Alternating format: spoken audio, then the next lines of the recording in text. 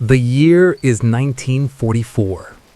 Somewhere in the mountains of central France, a woman is cycling alone through the night.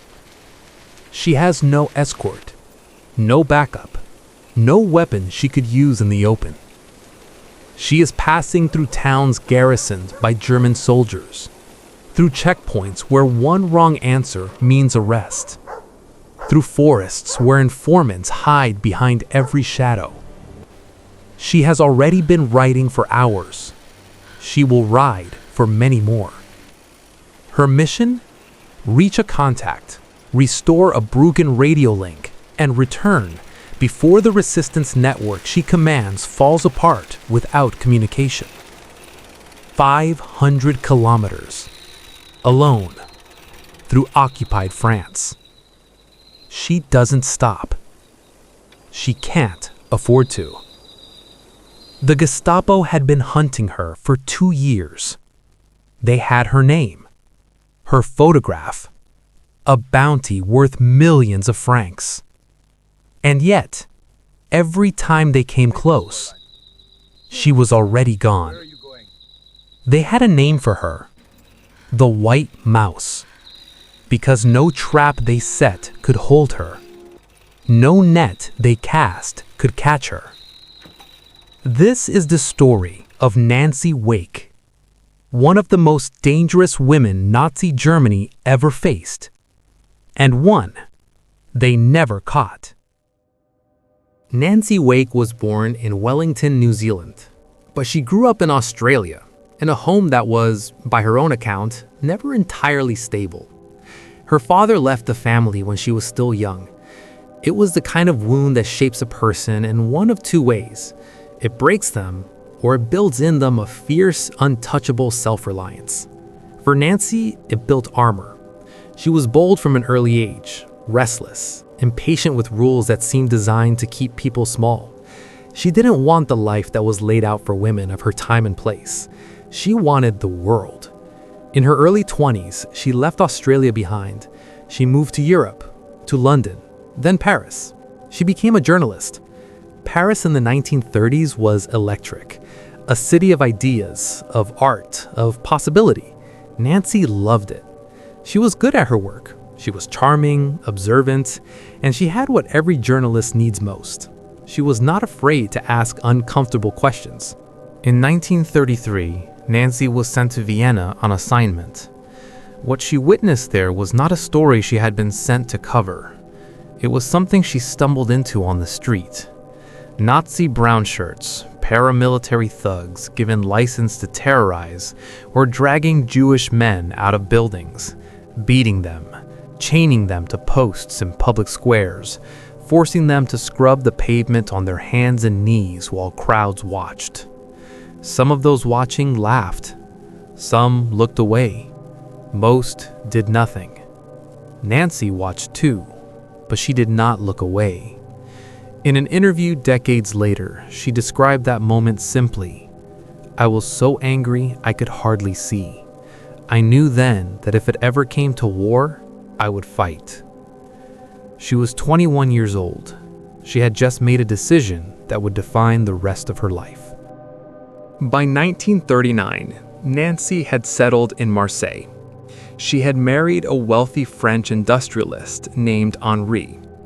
It's worth pausing here, because Henri matters to the story more than most accounts acknowledge. He was not simply a backdrop to Nancy's war. He was her partner, her anchor, the person who, when the time came, would make an impossible choice and pay for it with his life.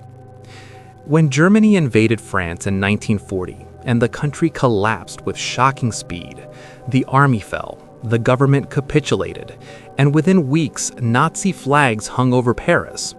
Nancy and Henri had options. They had money, they had connections, they had a way out. Many people in their position left. Nancy and Henri stayed. At first, her involvement was modest. She became a courier for early resistance networks, carrying messages, delivering forged documents, escorting Allied soldiers and escaped prisoners of war to safe houses along the escape routes that wound through southern France and over the Pyrenees into Spain. It was unglamorous work, tedious even. Hours on trains, hours waiting in cafes, hours pretending to be an ordinary Frenchwoman with nothing to hide. And that precisely was what made her extraordinary at it. Nancy had no fear in her face. She walked past German checkpoints with the easy confidence of someone who had never done anything wrong in her life. When guards questioned her, she smiled and flirted and talked about nonsense until they waved her through. She later said she perfected what she called the art of being boring. Be ordinary, be forgettable, give them nothing interesting to look at. It worked, over and over, in situations that would have broken most people. Slowly, too slowly for Nancy's taste, but inevitably, the Gestapo began to notice a pattern. Messages were reaching the right people. Allied servicemen were disappearing from custody and reappearing in Spain. Operations were being disrupted before they could be executed. There was a woman at the center of it, young, well-dressed, always moving. They could never get a clear identification. She was gone before they arrived. They gave her a name, Die Weiße Maus, the White Mouse. It was meant to be contemptuous, the small creature that slips through every trap. By 1943, Nancy's network was one of the most active in southern France. She was no longer just a courier. She was coordinating, organizing, building. And then, with terrifying speed, it all came apart.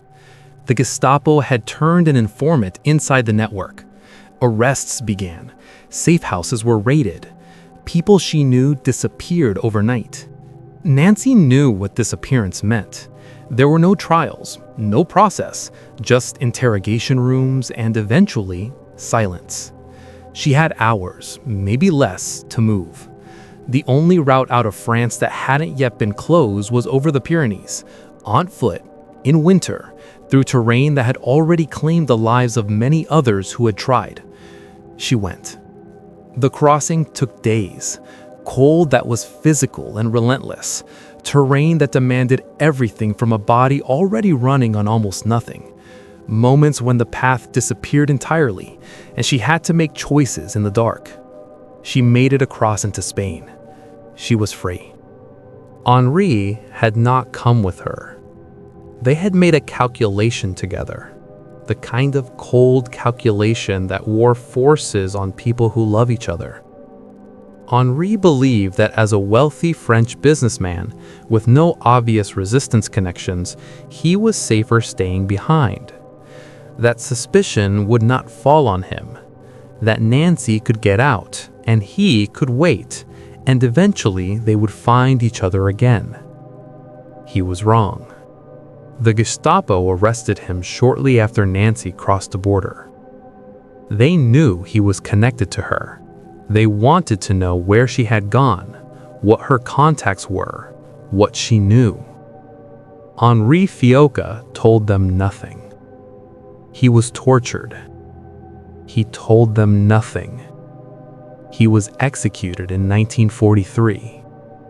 He told them nothing. Nancy would not learn any of this until after the war ended. For years, she operated on the hope that he was alive, that he was waiting. The truth, when it came, was devastating. But that came later. In 1943, she still had a war to fight. Nancy made her way from Spain to Britain, a journey that itself took weeks of navigation through hostile and uncertain territory. In London, she was recruited by the Special Operations Executive, the SOE.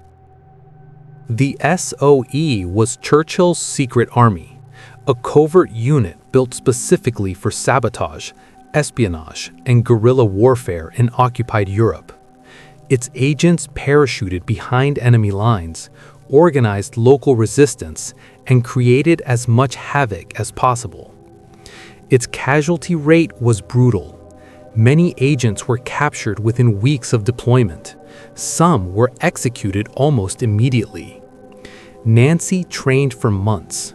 Weapons, explosives, hand-to-hand combat, silent killing, resistance organization, survival under interrogation. She was, by all training accounts, exceptional. Tough, fast learning, utterly without self-pity. When she passed her final assessments, they gave her a code name, Helene. But the people she would work with would simply call her Nancy. In April 1944, Nancy Wake parachuted back into occupied France. She landed badly, tangled in a tree, hanging in the dark in the middle of a forest. She later recalled that a French resistance officer helped cut her down and told her with Gallic formality that he wished all the trees in France could bear such fruit. "Don't give me that French nonsense," she told him. She was back. Nancy was placed in command of a Maquis unit, the armed French resistance fighters operating in the Auvergne region. At its height, she was overseeing the coordination of some 7,000 fighters. 7,000 people.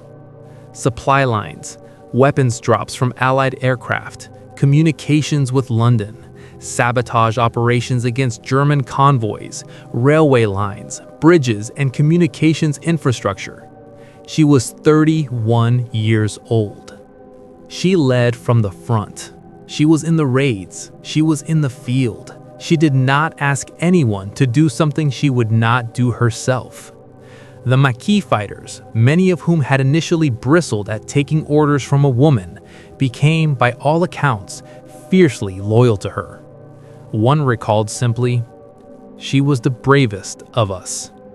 In June 1944, disaster struck the network's communications. The unit's radio codes were lost, compromised in a German raid. Without new codes, they couldn't communicate with London.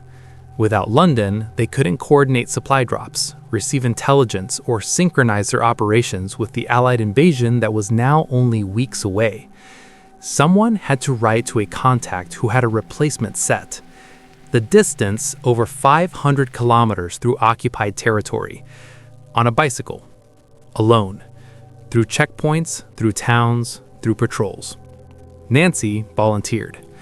She rode for 72 hours with almost no sleep. When her legs gave out, she kept going. When checkpoints appeared ahead, she became, once again, an unremarkable French woman going about ordinary business. She reached her contact. She retrieved the codes. She rode back. When she finally arrived at camp, she collapsed and is said to have wept with exhaustion. Then she slept for a few hours. Then she got back to work. There is a moment in Nancy Wake's story that she never dressed up or explained away. On a raid on a German-held position, a sentry was captured. He could not be held. There was no facility, and if he escaped, or if he were found by his own forces, the entire unit's position would be compromised. Nancy killed him herself, silently, quickly, with her hands. Years later, decades later, a journalist asked her how she felt about it. She looked at him and said, "It was necessary." No apology, no performance of regret. When Allied forces landed at Normandy on June 6, 1944, the infrastructure damage inflicted by Nancy's Maquis units across the Auvergne was already substantial. Railway lines destroyed, bridges down, communication cables cut. German troop movement slowed, sometimes halted, in precisely the regions where coordinated resistance could do the most damage. By the time France was liberated in 1945, Nancy Wake had been awarded the George Medal by Britain, the Croix de Guerre multiple times by France, and the Medal of Freedom by the United States. She was one of the most decorated servicewomen of the entire war. Victory, when it came, brought Nancy something she had been dreading: the truth about Henri. He had died. He had been tortured. He had said nothing. She had fought the entire war, taken every risk, endured every hardship, partly on the belief that he would be waiting for her. He had been protecting her all along. Nancy later said that learning what had happened to Henri was the hardest thing she ever faced, harder than the mountains, harder than the raids, harder than anything the war had asked of her directly. He was the love of my life, she said. She remained in Europe for a time. She worked in intelligence.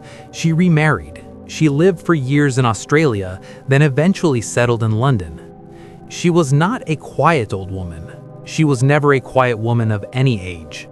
She gave interviews, told her stories with characteristic bluntness, drank whiskey, and held strong opinions about everything right up until the end. Nancy Wake died on the 7th of August, 2011. She was 98 years old.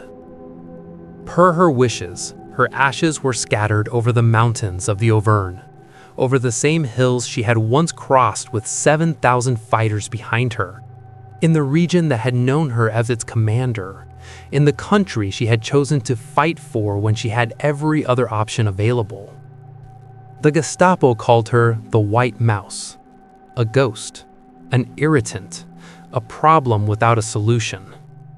But the fuller truth is simpler than any codename.